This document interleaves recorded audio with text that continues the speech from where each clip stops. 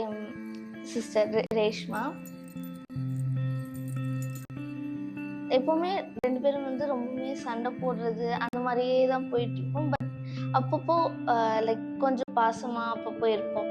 இப்போ சடனா வந்து ஒருத்தர் என்ட்ரி கொடுத்து லைக் மாம்ஸ், லக்கி மாம்ஸ் அவர் என்ட்ரி கொடுத்தாரு. அவளுக்கு ஒரு நல்ல லைஃப், நியூ லைஃப் கிடைக்குது.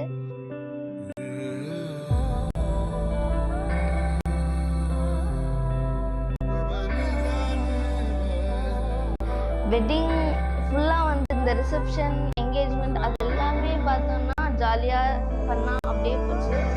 இந்த இது மேரேஜ், அந்த தாலி கட்டுறவங்க